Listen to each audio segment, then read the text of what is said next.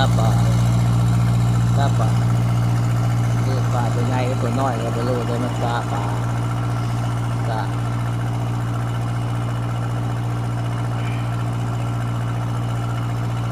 นี่จะป่ารู้สึกว่าน้ำจะเสียตาป่า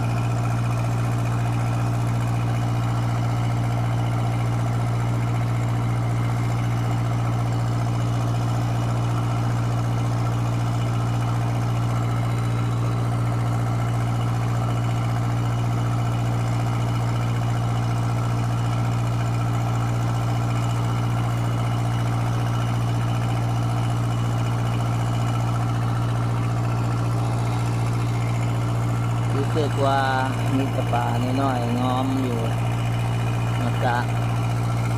พอตอนนี้เกือบ7 โมงละ